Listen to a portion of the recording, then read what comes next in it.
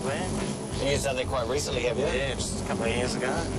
Because you'll be how old are you now? 22. Oh, shame. Good on you. Well done. Most people take until they're 40 till they realise this is the best job in the world.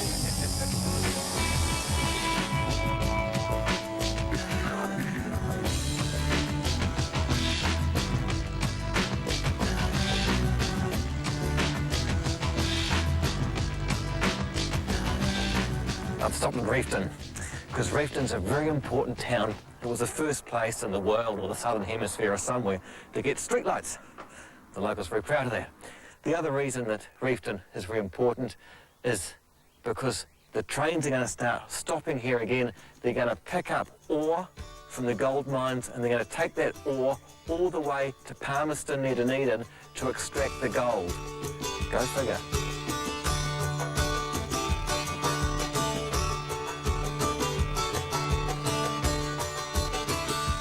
The coast is full of good buggers, and a couple that have got all entrepreneurial on it are the bearded miners, who are trying to milk the tourism boom. Unfortunately for them, the whales in Kaikoura seem to be diverting a lot of their customers.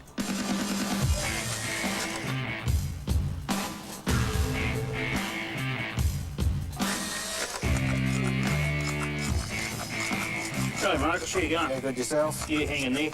Staying out of trouble? Yeah, or crying. It's just bloody boring, though. Well, staying out of trouble? Yeah.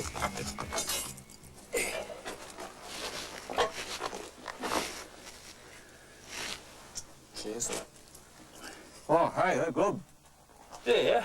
Yeah. Tell ya. Oh, that's spectacular. Excuse me. So have you done the Kiwi host course or are you just a natural at the tourism? Oh, we'll just hang in there. Do you? You don't need Kiwi host. That's a lot of Lot of crap. yeah. Well, it looks like it's on the crest of a tourist boom, though. Oh, I don't It's like Arrowtown 10 years ago. Before the film producers got them. Yeah, if you blew the coastal highway, the trip down from Westport and had to come through here, would be ideal. Yep. Shot all the whales. Yep.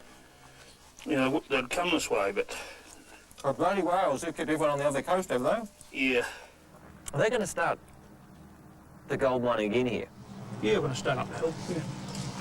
Because I see they're looking for 150 houses to put them all, which, I mean, there wouldn't be that many houses in Reefton, No, would there? not there. Not now. It'll be bought up by either holiday makers or retirees or Aucklanders selling up in Auckland and coming down to buy a house in Reefton, like, and live off their earnings, you know. Yeah, but they would they fit in all right? No. Oh, They'd have to bring their own tea bag. they're doing a bit hard, actually, I think, some of them. Well, because you wind them up or because they... Just because they're Jaffers, mate, you know. So they're very much here on your terms. That's right, yeah. We rule the roost down here. They might rule it up there, but we rule the roost down here. So the stance hasn't softened on the greenies? No, No. it won't. And I don't think Helen ever come to the coast to apologise for calling us ferals anyway, so, What happened? Is that what you did? yeah, Yeah. she called us feral, Bunch of inbred ferals.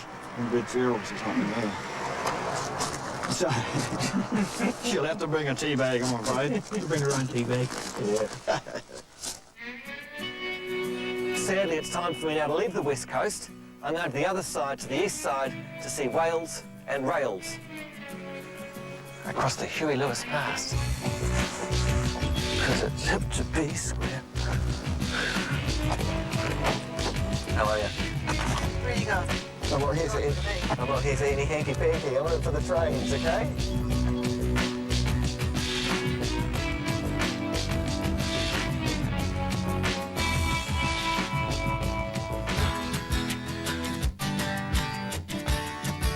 This is as good a time as any to explain how the railways unfolded in the South Island. A great story of Kiwi ingenuity, long nights, and of petty council rivalry.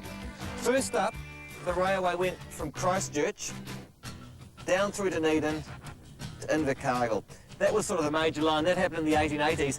At the same time, because of the coal and the gold and the timber, the West Coast lines were being built from Westport or Sedenville down through the Buller Gorge, past Greymouth, down as far as Ross. Also, they were desperately trying to find a main line through north from Christchurch. They came up about as far as Amberley. Then they started going inland on the Waiau line. Nelson, at the same time, their council decided they'd get in on the act, and they built a railway from Nelson that headed south that hopefully was going to go through and connect with the west coast and the main trunk line. That didn't happen. What did happen though was the Transalpine was completed when the Otera Tunnel was finished in about 1923. So that brought the west coast in on the whole act. But still, there was no line from Picton connecting with the Christchurch main trunk line. So the North Island passengers had to come by car ferry down as far as Littleton. They were going to push the wire line up through Hanna to connect with the Nelson line. That never happened. So what happened finally in about 1942, the surveyors brilliantly managed to push the Picton line down around the coast, right through Kaikoura. They connect with the Christchurch line, and the whole of the South Island railway system was complete, except for poor old Nelson. They weren't connected to anything, so they atrophied and died, and they got into wearable arts instead.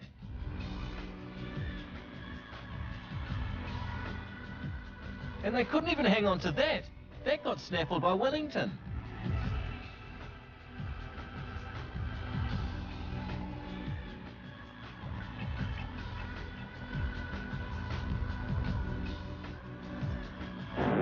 And that's the situation as it remains in 2005. Here endeth the lesson. Hope that made perfect sense.